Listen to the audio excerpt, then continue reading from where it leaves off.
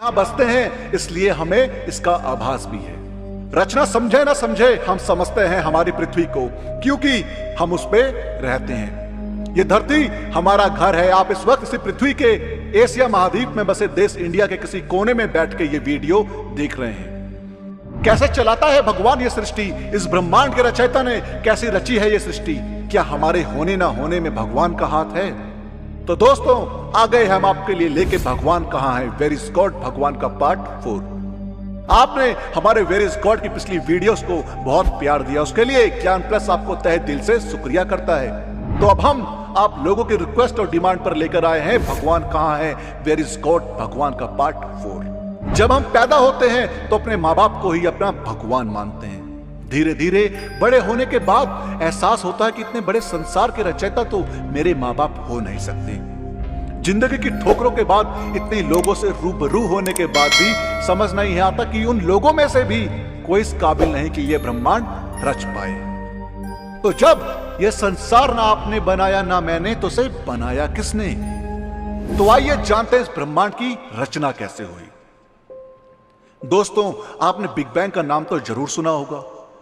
वैज्ञानिकों की माने तो एक ऐसे ही बड़े धमाके यानी बिग बैंग से इस ब्रह्मांड की शुरुआत हुई। इससे एक ध्वनि अंतरिक्ष में पैदा हुई और उस धमाके से जो तीव्र ज्वलन तत्व टूट के बिखरे, वही ठंडे होने पे सारे प्लैनेट्स और स्टार्स बने। लेकिन अगर हम हिंदू धर्म की माने तो शास्त्रों में बताया गया है कि यह सृष्टि शिव और शक्ति के समागम से बनी। शिव पुरुष है और शक्ति प्रकृति। इनके टकराव बिग बैंग से जो अवशेष की कलाकृति बनी, वो ही शिवलिंग यानी एलिप्सॉइड बनी। शिव अवचेतन है तो शक्ति चेतन, शिव अंधकार है तो शक्ति प्रकाश, शिव शांत ठहराव है तो शक्ति चंचल ऊर्जा, शिव शून्य है तो शक्ति नाद है, नाद यानी ध्वनि। इस धमाके से जो ध्वनि पैदा हुई, उसी अंतरिक्ष की आवाज को हम ओम कहते हैं। ओम 3 स्वरों से मिलकर बनता है। दुनिया में जितनी ध्वनि है, उनका मूल स्वर ओम ही है।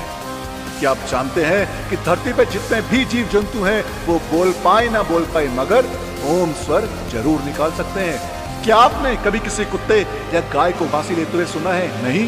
तो बिल्कुल सुनिएगा, उनके मुंह से ओम स्वर जरूर सुन पाएंगे। यही ओम का रूपांतर हम सारे धर्मों में देखते हैं। हिंदू इसे ओम कहते हैं, मुस्लिम आमीन और ईसाई एमीन कहते हैं।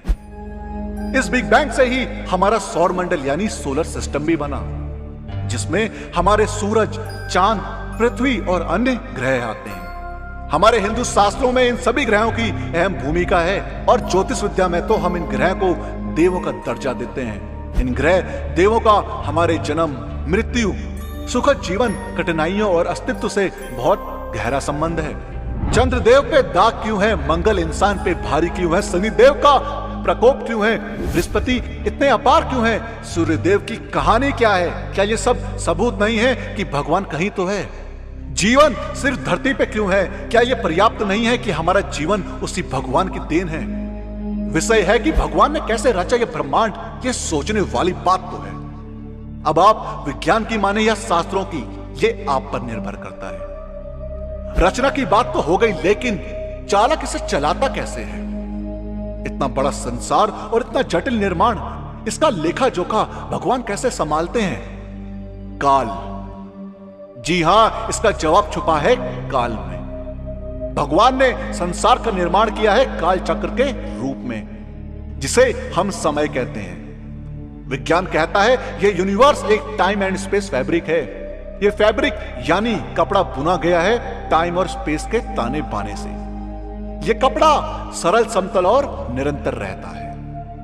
जब तक ऊर्जा और अंतरिक्ष पदार्थ से इसमें हलचल पैदा नहीं होती, इस हलचल से कपड़े में तोड़ मरोड़ होता है। समय की गति बदलती है और अंतरिक्ष में बदलाव होता है। इसका रोचक उदाहरण आप ऐसे समझ सकते हैं, जैसे हमारे ग्रह पे जो साल 12 महीने का है, वही किसी और ग्रह पे 1 दिन का है, तो किसी अन्य ग्रह पे 7 साल का है। इसीलिए समय को हमारे शास्त्रों में इतनी प्राथमिकता दी गई है। क्या आपने कभी सोचा है रात दिन सटीक वक्त पे क्यों आते हैं? साल में 365 दिन क्यों होते हैं? मौसम 4 क्यों है? दिन में क्यों 8 पहर है? चांद, अमावस और पूनम क्यों है? इसी चक्र से हमें पता लगता है कि दिन में 24 घंटे होते हैं।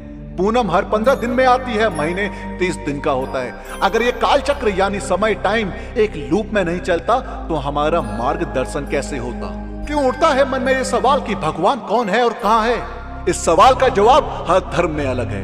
हर धर्म पर आधारित उनके भगवान का अलग चित्रण है। भगवान के होने की नींव हमारे धर्म पर टिकी है। ऐसे ही कुछ उधड़ी बुनी अवधारणा तो बस इसलिए है क्योंकि उनके पास जवाब नहीं है कि ये रचना क्या है। और इंसान की तो फितरत ही है कि हर अज्ञात चीज पर अपने गौरव का परचम लहराना, और जहां वो अपना परचम लहराने में नाकाम हो जाता है वहां वो उसका अस्तित्व मिटाने की कोशिश करता है। अगर रचना ही नहीं होती तो रचयिता का ख्याल भी नहीं आता, मगर रचना आंखों के सामने है, इसलिए ये सारे सवाल भी। यहां रचनाकार को जानने से बड़ा सवाल आता है कि इस रचना का स्रोत क्या है। इसका स्रोत हम सब हैं, उसकी रचना का एक हिस्सा हम भी हैं। हमें इन सवालों का जवाब बाहर नहीं भीतर खोजने होंगे। आध्यात्मिकता ही इसका रास्ता है जो आपको अपने अंदर इन सवालों के जवाब टटोलने के लिए तैयार करेगा। तो आप इस रचना का स्रोत हैं, इसका एहसास कीजिए जिससे आपका जीवन और निर्मल हो जाएगा। 5000 साल पहले भगवान श्री कृष्ण द्वारा बताए गए इन्हीं कारणों की वजह से आज दुनिया भर के अधिकतर अपराधी या गुनाहगार या तो जेलों में बंद हैं या फिर भागते छिपते फिर रहे हैं। आज हम आपको एक कथा के माध्यम से भगवान कृष्ण द्वारा बताए गए उन 3 कारणों के बारे में बताएंगे जिनकी वजह से मनुष्य बर्बादी की राह पर निकल पड़ता है। तो बने रहिए हमारे साथ इस वीडियो के अंत। गीता में श्री कृष्ण ने नरक के 3 द्वार बताए हैं और ये 3 द्वार है काम, क्रोध और लोभ। तो दर्शकों, आपको भगवान श्री कृष्ण की सुनाई ये कथा कैसी